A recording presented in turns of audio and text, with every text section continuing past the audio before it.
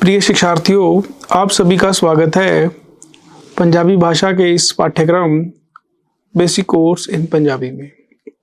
इस कोर्स में आगे जाने से पहले हम एक नज़र भारत की भाषा और सांस्कृतिक विविधता पर ज़रूर डालेंगे और फिर आगे बढ़ेंगे।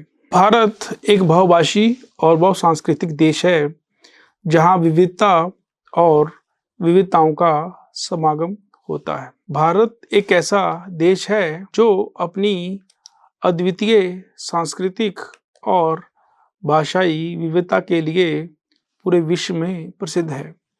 यह विविधता न केवल भारत की सामाजिक संरचना को प्रभावित करती है, बल्कि इसे एक विशिष्ट पहचान भी प्रदान करती है।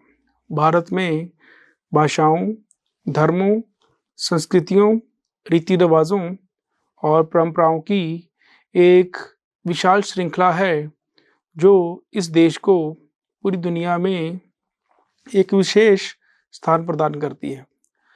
भारत में बोली जाने वाली ये भाषाएं न केवल भारत की सांस्कृतिक धरोहर का हिस्सा हैं, बल्कि समाज की पहचान और एकता का भी प्रतीक हैं।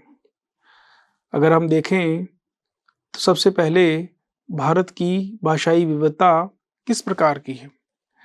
भारत में हजारों भाषाएं बोली जाती हैं, जिनमें 22 भाषाओं को भारतीय संविधान में अनुसूचित भाषाओं के रूप में मान्यता दी गई है, जिनमें हिंदी, बंगाली, तेलुगु, मराठी, तमिल, उर्दू, गुजराती, पंजाबी, कन्नड़, मलयालम, ओडिया, असमिया, कश्मीरी, सिंधी, डोगरी, मैथिली, संस्कृत, कोंकणी, संथाली, कश्मीरी, सिंधी और नेपाली प्रमुख हैं। इन भाषाओं का प्रयोग मुख्य रूप से राज्य और स्थानीय प्रशासन में किया जाता है, और ये विभिन्न राज्यों और क्षेत्रों के लोगों के बीच एकता बनाए रखने में महत्वपूर्ण भूमिका निभाती हैं।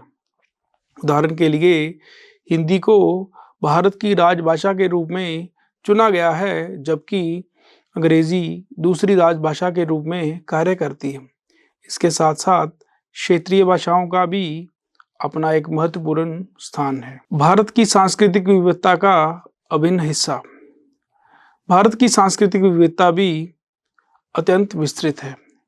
यहाँ हर राज्य, हर समुदाय और हर क्षेत्र की अपनी अलग सांस्कृतिक पहचान है। भाषाएं न केवल संवाद का साधन हैं, बल्कि वे सांस्कृतिक परंपराओं, रीति रिवाजों और जीवन शैली को भी व्यक्त करती हैं।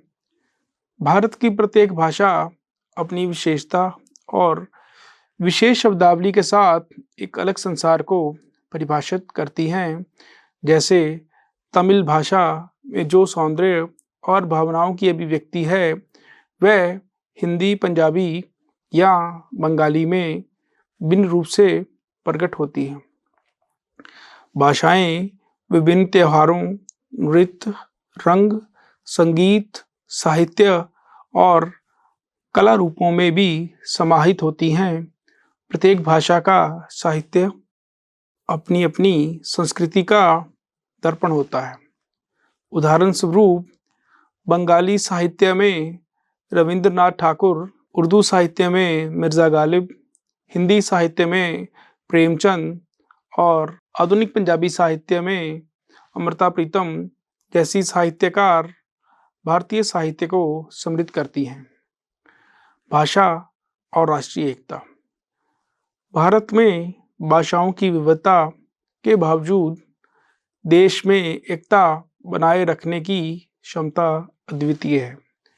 भारतीय संविधान ने भाषा को केवल एक संवाद का माध्यम न मानकर राष्ट्रीय एकता को भी प्रोत्साहित करने का काम किया है।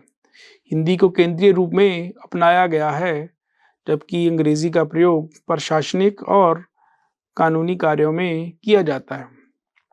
ये भाषाई नीति भारतीय समाज को जोड़ने का काम करती है, क्योंकि इसे क्षेत्रीय और राष्ट्रीय स्तर पर समान रूप से इस्तेमाल किया जा सकता है।